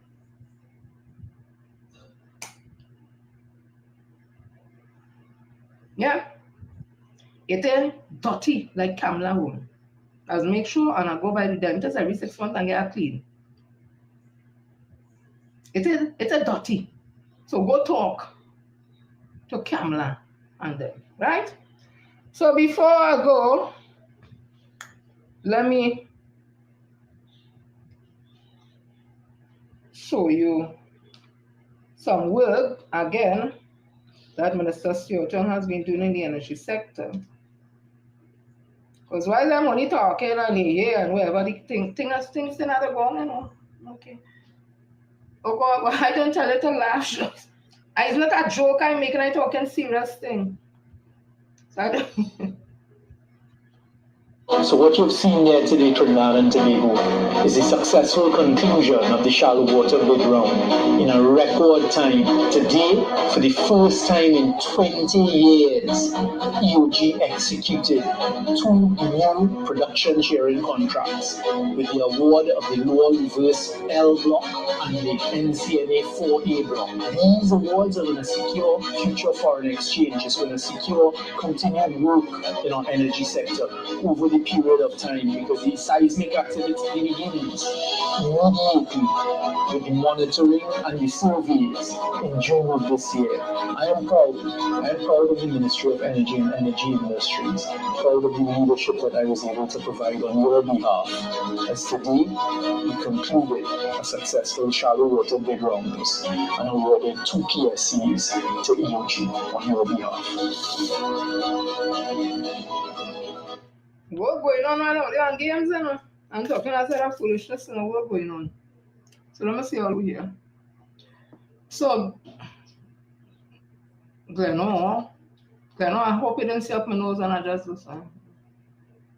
I take a picture of the glasses to see better. Glenore, Joel, Claire, Urel, Shakiva, Diane, Lynette, Eric, Dandy, Shama, Kathleen, Miss Angela, Rodriguez, La Cogo, Dame Dudu, where she see me. All on this, my Dudu, don't get jealous. Roxanne had to see you, you know. Carl, Anne-Marie Thatcher, you know, related to that young lady from England, right? Who is, all right. Jenny Bengoche. Hey, I like that surname. Jonathan Carr, I think I call out people's surname to hold him. Ricky Legaton. Ricky, I hope you're behaving a damn self. I know you just come here for love, you know. Melka Rock, Aldous Gonzalez, Brian Denin, Maria Lyons, Cheryl Hutton, old friend from Puna, Kenneth Gabriel, Lego, Samuel Philman Green, because today's read aloud there. So Jillian Harris Pascal, Nadia, I feel I wanted to put Graham, you know, but I say Graham. You ain't looking at Graham, but it's Graham, right?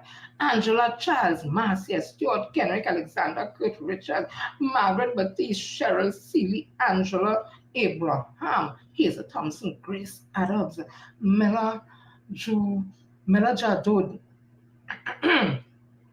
Mila Jadon Nanana. Oh God, her name.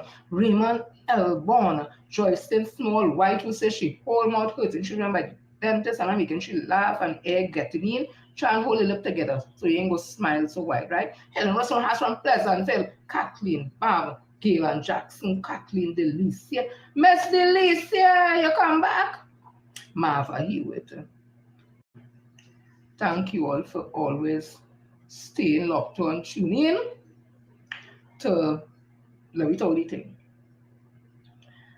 At the end of the day, everybody have the choice to keep saying, but let me do it in that kind of order now. You know, don't be personal with people and how they look and their teeth and all them things. When, for example, I wouldn't call nobody four eyes because I just wear glasses. So I won't know somebody, but oh, look at the four eyes and the glasses stick like corn cork. I wouldn't do that because I just wear glasses. You understand the point I'm making, you know? So let me know what they are, people, yeah? But tell the leader, go and clean she teeth because I sure she mouth smell stink. And if he's a smoker, oh God! And you're drinking with it and your teeth dirty so.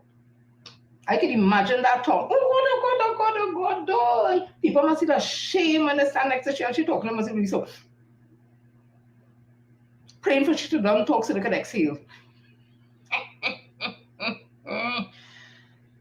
Anywho, Kamala, you have to tell you that you want to be Prime Minister. Your teeth can even stand up to scrutiny. Hey, imagine that your teeth can even stand up to scrutiny. It ain't looking white at all. It ain't looking good at all. It's looking brown. And like some moss or something happening there. People don't leave good house and go in bad house. You pay them imperfect. Definitely not. But I'll tell you, the UNC couldn't steer this country without going to the IMF.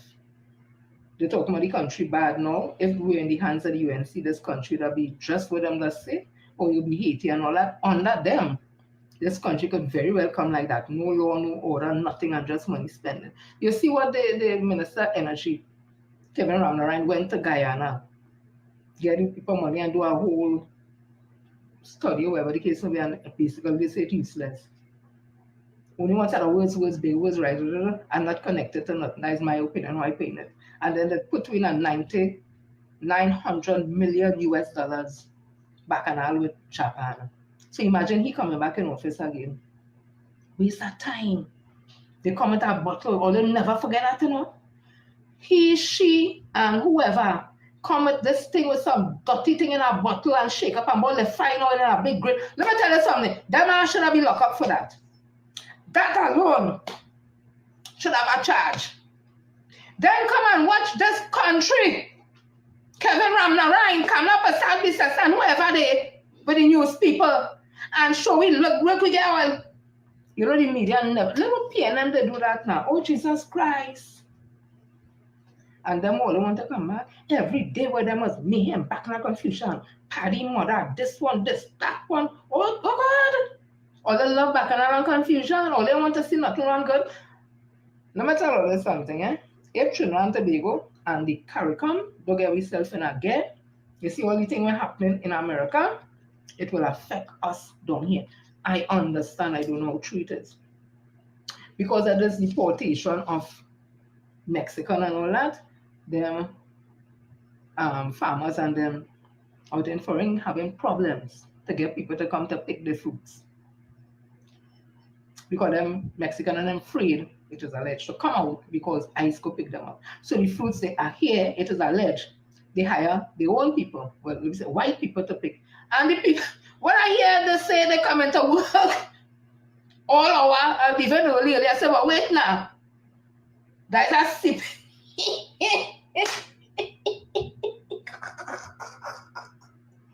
I said, nah, like they was down here already.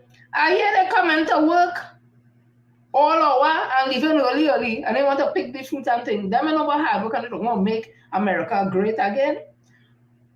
When I was talking about America last time and I spoke about making America great again and immigrants will make America great again, I forgot to mention, I don't know, it slipped me, our enslaved African ancestors. Them is who make America great. Because off of the back tears, just like in the Caribbean, we had sugarcane down here, them had cotton. So when they're talking about American or white and thing, you know, they need to understand the history of America, because it wasn't white people by themselves develop America. It didn't happen so. And we see a lot of invention that African people invented, but because of enslavement and coming out of that, they couldn't buy the patent and it wasn't being allowed or whatever, a lot of white inventors took it. I'll come here and read out the amount of things we invented. Even a man from right here in Trinidad, I think he invented something on the phone or something. I have to find it again and bring it and read it for you. So people, don't get tired with them who all day talking and getting on and the pain and this and pain. Pain, I have 60-something, 69 years, expect it to be perfect. It will always have drama and back and up, but you have to look at the bigger picture. It's running the country and stability. Every time when they take a chance on to put people inside, they come inside, it's IMF, it's all kind of things that's happened, country in a mess and all. But oh God, after 5 years, oh God, let me vote back the PNM. Why others do that? It's because all they understand that only PNM could do it, but always some only like all bad mind. Always bad mind thing or we just shut up this country, boy, for 5 years and we show PNM, we don't care nothing, boy. I went back and I'll hold all of you know. God, let me go back and vote PNM. No. You see, this wrongs, long time you can do them thing. You see, this wrongs with President Trump, you can't afford to. We are dependent on them countries and them in the West. The CARICOM has to find way to insulate themselves somehow when it comes with food and this and that and da. No, no time to put it in the hand of new fights. And unlike Congress business and the UNC, them is new fight. Always see what Kevin Ramarine do for Guyana with the when he went down to the oil study thing for them. They can't use it. Come and say they have oil and shake it up and whatever, and we never nothing come from that at all. We never make a deal that this country make money from. So let me be real now. Let me be real. Because all they going to Canada and America to run to when here get shitty with all the shit all they do, you know. Because they go run all their backside back. So they go do all the choppiness down here and say, see, we're going to Canada, see. No, Canada will be close to Canada and America close to America. You got to stay Trinidad. So here what's going on. Let me try and make this thing right. All races working together. We'll always have challenges. Because we come from different background, different cultural, ethnic, social, socioeconomic, intellectual. We came on ships, but all of us came on different ships, different circumstances.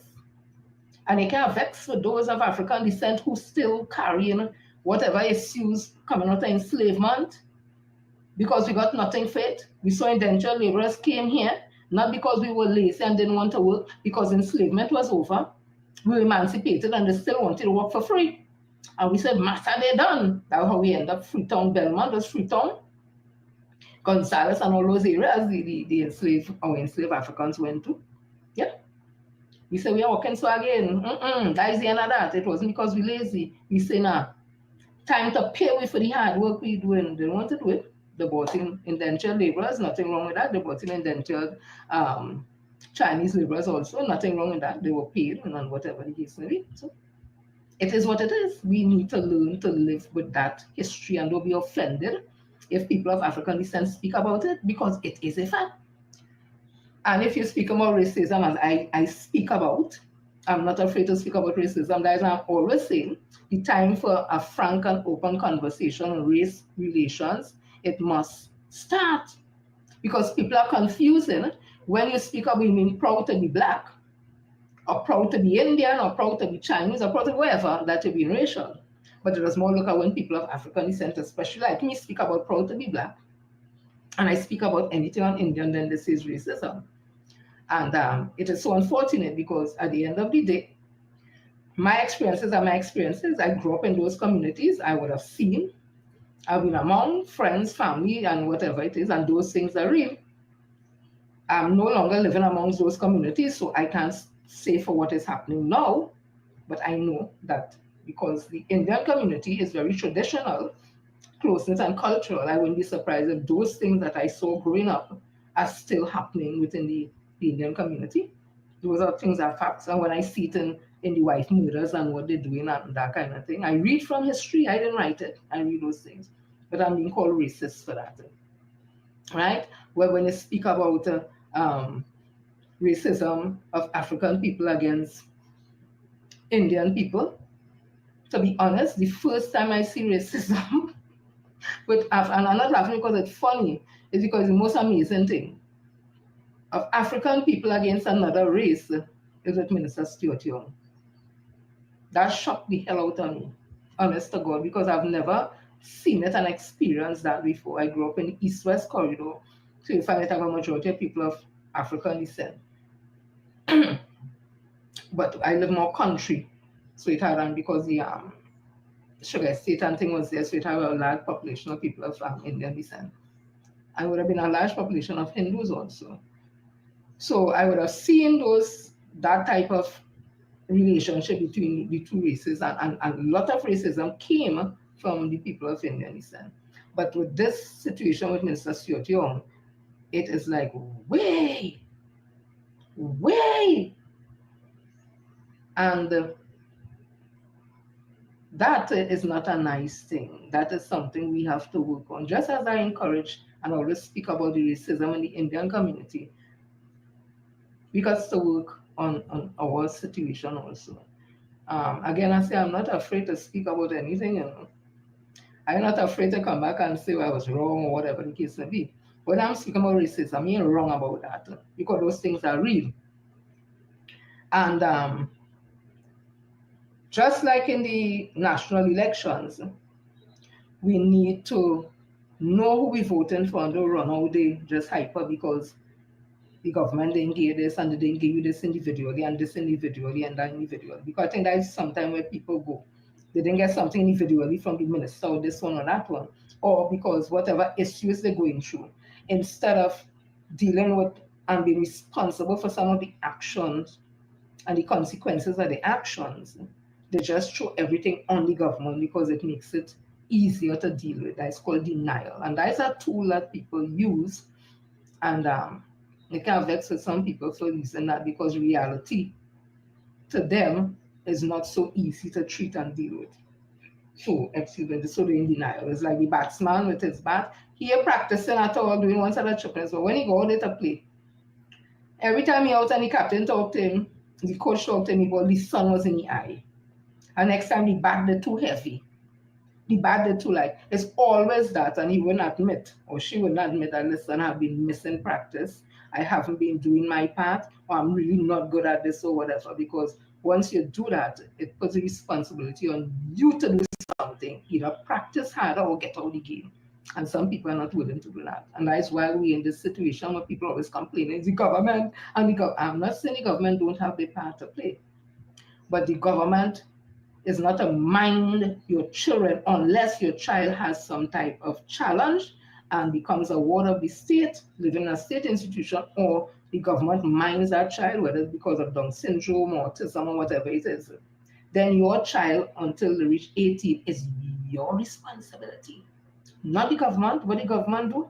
They have schools there, school feeding program and whatever. There's a grants to go to school and all that. And your part as a parent, go into the school, talk to the teachers, join the PTA, know what's happening in your child life, get involved in the school community to help and nurture your child also. It's not just to leave it to the government. And when they're done with the government, half of the children free education, whether academic, technical, vocational, but there's education, and they can read and write, get them into Alta, it's still 50 cents. Let them learn to read and write. They don't have to be the best this and best that and that, because if they want to be a garbage man, I just call, when I see the garbage man down by me, I just call them sanitation engineers, because that's what they are called in America. I give them the respect, because me couldn't drive in the back and hold on to that garbage to do no. So I give them all the respect for doing that work with me then doing. I call them sanitation engineer, and they like that name too bad. But that's what they are called in America. So I give everybody just choose. So to the wards attendant, my bad for calling you wards maid, wards attendant. Yeah. So people love you all, see you all like, I ain't saying nothing with that name, only put up there, not me. Nothing. Pammy, you see that name, you put it, leave me out of that, eh? Have a conversation about yourself, leave me. People, thank you all for staying locked on, tuning into me, to listen to what I have to say. I know I talk a lot today, I was in that kind of mood because I want us to understand. She knows, oh, Jesus. I ain't saying nothing, only leave me alone. Yeah, people, sometimes it's just a little rapping to each other and thing, and to show you, nothing wrong in having a difference of opinion, man, but we could just, it's how we doing it, man. We have to be this adversarial kind of thing, like to show them that I'm working for them. And, it doesn't have to show PLM them kind of thing. Either you support, if you don't want to support, people troops and go the damn way. You see this getting on, you don't have to show yourself to show. People that's naturally support the PLM because they love doing it. And a lot of them, some of them don't say a lot because I didn't do no research. When they get angry or whatever, because they didn't get something personal, I can't say whether they're wrong, right, or indifferent. It's not my business. It's not my space. I don't work in the shoe. Their pot on the fire is different than my pot, right? But the point I'm making is this: we need to communicate more. Let me talk it out. But you can't talk it out if you want to embarrass me. For what? And your situation ain't better than me. You know what I mean? Just as the general election is important 2025, later this year, whenever it's called, there's also implication for PSA election March the 10th. Getting a proper executive inside there to do the work, there's plenty work. And I tell you what, I don't mix my labor with politics. Labor is civil service act, industrial relation act, and all the regulations under that. Me don't let my politics get involved in that, because in the morning, if a worker call me with a grievance and I have to treat to the matter and I have to speak to A, B, C, D, X, Y, Z because of some breach in the regulation, I am going to do it because I take those things seriously. So I don't tie the two together. So that is why I'm able to navigate my space and don't get no horrors at all. So as I was saying, it is important that you all get the right team inside PSA to do the work. And that team is PSA United Sentinel, led by Nixon, Benedict Kalinda. He has a team of people that's been doing the work. Oral Saunders, along with not having that type of experience, because he never went before the CPO to argue nothing, he never went in the industrial court to argue nothing, he never went before the Equal Opportunity Commission to argue nothing. He not know that. He has remained, which is his right to remain, assistant nurse for all them years. That is his right if he's comfortable there. But he hasn't gone, to my knowledge, and done any industrial relation course, nothing. I do not know that. But I know Comrade Nixon Cullen has continued to learn and continue to grow, training more and more industrial relation, being consultant for private firms and all that. So he has been honing his skills and keeping sharp on things. Right now he's representing a member of PSA. Or she was a former member of PSA, but her case is still going in industrial court and he's treating and dealing with the matter. Yeah, so he has the ability and he knows how to negotiate, because in 2011, I think it was, he would have negotiated when we would have gotten 5% against the 8 to 10, so about 2013 we got the year when Duke sell we out. He was able to negotiate for MIC. If my cousin on, he will talk, he will bear truth to me. And Dixon Calendar was able to get 9% for those workers on MIC, and MIC is a bargaining unit of PSA. So because of that, one bargaining unit can get more than the rest, so we were able to get that 9% when Duke went and sat down in front of the CPO and negotiated for 5%. So he has the ability, he has the experience. So people get on board, vote the PSA United Sentinels. Oral Sanders is no longer represented by PSA. His union has now become the Trinidad and Tobago Nurses Association. I think that's what they are. The president is Edie Stewart. And the rest of his team ought to know that by now. So he's supposed to bow out of the PSA election because Edie Stewart already said nobody else can't represent nurses. His union is the only union to do that, and Oral Sanders is a nurse. And he went on to say other things. So that to show you how nasty and disingenuous this little piece of crap is, this Oral Sanders. And again, I just talk so about him because he is the one who went on a show. I just tell people I no longer supported him. Me and tell people how, why, when, nothing. He went on a show and he liked to game out liberty and talk about my character. So I always ask him about his character because me ain't going up for no post in PSA. Me ain't going up for no way, for nothing as an ordinary member. And he has an answer to this. I like to tell you in disingenuous says, but he's sending one of your own to play, they want to ask me questions. And them is just as a imps, just like he. So I will remain the bully and the racist because I just stand up for what is right and because I just call it as I see it. But them could tell you what they want, say what they want about you and all kind of thing. Them ain't racist. Them just talking the mind. So people at the end of the day, I believe firmly in the pledge of this country. I believe firmly in our anthem, every creed and race find an equal place. I firmly believe in working with my fellow men of every creed and race to build this country. However, I will not stand with my head bowed next to no other race and cover myself because I feel frightened to be me. No, I stand in proud next to them, next to anybody, and we go build this country. But I will not apologize for being black. I will not apologize for being African. I will not apologize for being African or Rastafarian. I'm intelligent and beautiful, just like anybody else. And I have all right to feel confident and have my self-esteem and self-confidence. And if you don't have it, you can vex with me. Yeah? So at the end of the day, I love you all, people. Love you all, love you all, love you all. See you all on Friday. God's gonna come with something for something new. I'm not playing no song right now. Then Fridays for the song today. Let me just rap a little. Because sometimes we need to just talk. We need to just bring it down a little bit and just talk. Because human beings at the end of the day, we all have feelings. And again, I'm telling that family of the worker who has not been found from the Wells rig, the company, please don't let that labor kobo come wrong all you. Get somebody proper to advise all you. Because all you're in hurt right now, all you need counseling, all kind of thing. All you don't need them praying. If you see them in the background waiting, you know like they're waiting to pray on the people. You ain't hearing say much, but they're waiting. Don't have them people wrong all you. Go and get proper people to instruct all you and how to go about treating with all your issues and how to get whatever all you need. These labor kobo. That is my opinion I give you. Let's stay clear than people. They ain't do nothing much for the members.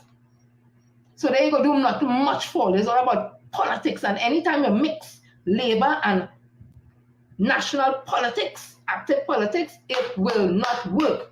But of course, labor have politics in it. But it's labor politics. For example, as I leave, let's say for instance, the union has a policy that they want pass or something for the workers or whatever, and they want the CPO not listening or this one, whatever it is, and they want to get into Parliament to bring forward that view so that the party in office or in government will hear them. It's through the opposition. So we write to the opposition, let the opposition know exactly what it is, whatever it is, and they become a temporary senator to come to speak on that issue. That is the politics. That is the national politics that union will get involved with because of that. But not to go there, remain a senator, and then end up in the whole politics thing, and then is employee, and all kind of no, it's not like that. It is for a purpose. So the unions are not naive. PSA is not naive. Nixon Calendar is not naive. I heard him today on TV6. Marlon Hopkins show, and he was talking that, so that I'm able to talk it also. And I'm able to learn a lot of things from Mr. Kalinda. I respect him for that. Always on point, know the regulation, he knows to interpret, and because I also know too, it's easy for me too, because I may not know where everything is. So the point I'm making is this: that is the kind of politics unions that to get involved in if they want something addressed at the governmental level where they feel the CPO, they're not being heard, whatever, then they can approach the opposition. Whoever the opposition is, it doesn't mean to say that they are part of the opposition. And based on that, that's how they get into Parliament as a temporary senator for that purpose and that purpose alone. When they finish the purpose, it is revoked. That is the politics. But other than that, to be going wrong to tell people who to vote for and who not to vote for the union is not a part of that and ought not to be leading people to tell them who to vote for and who not to vote for. Do your job, and if you were Baptiste and they were doing their jobs, all the time public officers would have never been in a situation where we getting 4%. And again, I heard Oral Saunders, again, that was he's an ass. Because he must hear Nixon Kalinda on TV, singing so comprehensive and powerful. He had to jump out and say something. Calling to I-95.5 and talking about Gubar, that Minister Stuart Young, paraphrasing, must not take the increase proposed by the SRC, but take what they're giving us. And that will show leadership. Let me tell you, he's a jackass. The SRC did an evaluation on them workers, the 900 and something of them. When they came in 2013 or whatever and show wage increase coming with and Kamala say nah, and I think all them whoever say nah, and they went back. They did a revaluation and based on this and market price and this and they come up with that. In the public service, we still negotiating on retail price index methodology. You cannot fuse the two. That's to tell you he's an asshole. We have to change the way we negotiate in the public service, and that could only be done with an evaluation of the public service that has been stalled under Felicia Thomas and Leroy Baptiste and Avinash. So we have what we have now is what we have. Anytime we change to a new method like the market value and all that, that is a different thing. So telling Minister Stuart Young to take 4% and don't take that, that has been asshole-ish. Because the SRC did the work. Them come like the union for them workers. And if we union then do the work for we have to take what we get because them how we in this position. But again, I tell you, he's an imps. He's an ass, a consummate ass. That's why he don't understand these things. So people have said enough. Know what you're doing at the end of the day. Voting have consequences. Emotions, voting with emotions and not thinking through things also have consequences. Go through your emotions, sit down, think about it, work it out, and then come out. Don't jump out in all the emotions and see and do all kind of thing and then end up now like the one Kurt Allen went down in front the headquarters and make me even listen to it really. Make a verse for Ola and whatever. And what happened now? That when they jumping out and come now man, we could do better than that. We could do better than that, right? So people, I love you all. See you all on Friday, God's Spare. He's a competent. People love you all. Let me do the right thing, right? And let me try and work out this thing now because America ain't looking right, and all them other countries standing up against America. Canada let America know what time it is. Some country in Africa, the same thing, and people are taking that kind of stupid talk and rhetoric things for a long time thing. So we have to know who we put in office, and it's this woman with all them dirty teeth in she mouth. This woman with all them dirty teeth in she mouth, who it is alleged to smoke hard and drink hard, is a Trump fanatic. We need to be careful because then the world will start to watch at we. So we know what they're doing, eh? I love all they are gone.